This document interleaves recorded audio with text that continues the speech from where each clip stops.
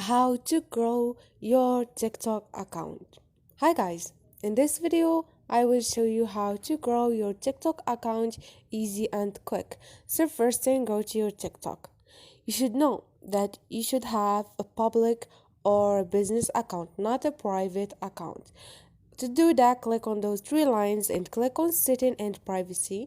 Click on manage account or click on privacy, and here turn off private account.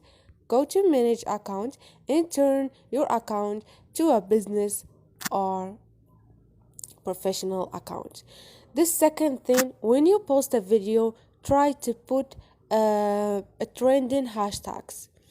And another thing again, click on those three lines and go to see your analytic, which is your audience. For example, let's go to this video and click on those 3 points, and you're gonna find analytic. This option, you're gonna find this option when you have a business account.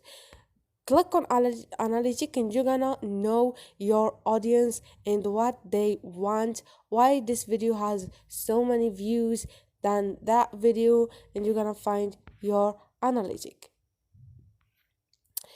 And this is it guys, easy and quick. Don't forget to subscribe and like.